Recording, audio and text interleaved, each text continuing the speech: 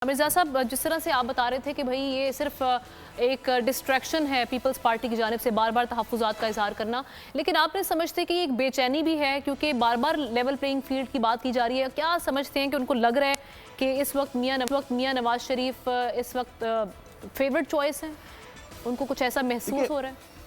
हुक्मरान अशराफिया के जो मसाइल होते हैं ना, वो बड़े मतलब छोटे छोटे मसाइल होते हैं। हुक्मरान अशराफिया का मसला ये होता है कि भाई नून लीग को अगर उसमें पावर शेयरिंग में ज्यादा हिस्सा मिल रहा है और हमारी बारी नहीं आ रही तो बड़ा मसला है। या अगर उनको ये खदशा हो रहा है कि जी फला सूबे के अंदर हमारी यहाँ जो अकाउंटेबिलिटी होती है वो अक्रॉस द बोर्ड नहीं होती।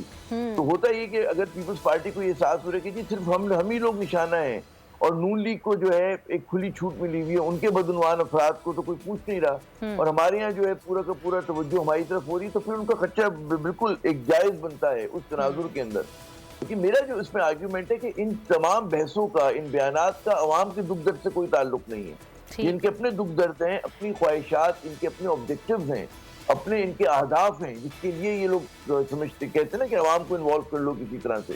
बात ये कि जो कोई नवाज शरीफ साहब का बयानिया है या बिलावल साहब का या पीपल्स पार्टी का बयानिया है, उसमें अवाम को मिना कर दें आप। अवाम है नहीं, अवाम नजर नहीं आते आप। अवाम जो है खतरे गुर्बत से नीचे गिरने के लिए हैं और उनके बारे में इन दोनों बड़ी जमातों के पास कोई विजन नहीं, कोई पॉलिटिकल प्रोग्राम नहीं। सोचे ना, इंतखाबात अभी सर पे खड़े हैं और आपको तारीख की पढ़ी, आप बताएं ना कि आपका इकोनॉमिक प्लान है क्या? बिल्कुल। आप किस तरह से पाकिस्तान को इस माशी दलदल से निकालेंगे?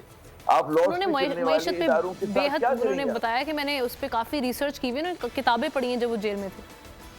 देखिए, किताबें पढ़ना बड़ी अच्छी बात है, बिल्कुल किताबें पढ़ें, लेकिन सिर्फ पढ़ना काफी नहीं होता। वो एक हमारे यहाँ एक टर्म होती है कि लेजी रीडिंग से फायदा नहीं होता। आपने एक प्लान क्या दिया, आपने मैनिफेस्टो क्या दिया, सही। वो भी तक पर्दे गैब में है, वो किसी के सामने नहीं आ रहा। और इसलिए नहीं आ रहा क्योंकि इनके पास कोई प्लान है नहीं।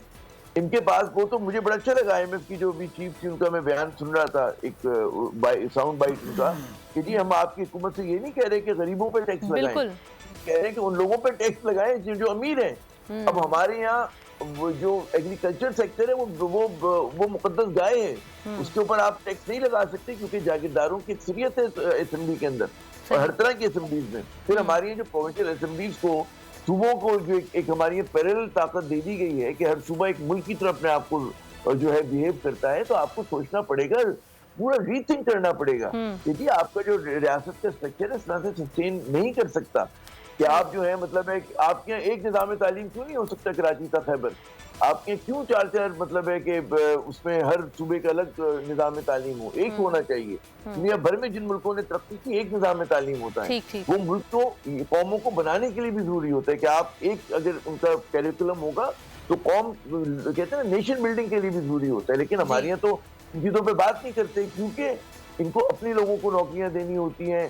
जाहिल टीचरों को, मतलब मैं जाहिल के लफ्ज़ जान के इस्तेमाल करूं कि आप टेस्ट लिया गया है दिन में, वो जो सरकारी उसमें स्कूल में टीचर्स हैं, उनको खुद अपनी बेसिक मैथमेटिक्स और लैंग्वेज स्किल्स नहीं है उनके, और जनाब वो बच्चों को तालीम दे रहे हैं। और यही हाल जो है दीगर सूबों का भी होगा, बलूचिस्तान का भी यही सूरत हाल है। तो एक लूट खसूट का बाजार गर्म है, मतलब है वो चाहे PIA हो, चाहे वो पाकिस्तान रेलवेज हो, चाहे सूबे के तहत चलने वाले इदारे हों, इन्होंने सियासतदानों ने, हमारे इलेक्टेड जो सो कॉल्ड नुमाइंदे, इन्होंने बेड़ा गर्क कर दिया है। और इसका इंतखाब जब तक नहीं होगा, और इंतखाब भी हो लेकिन इंतखाब बहुत जरूरी है। जी आमना, सब्सक्राइब करें और बेल दबाएं ताकि कोई खबर रह न जाए।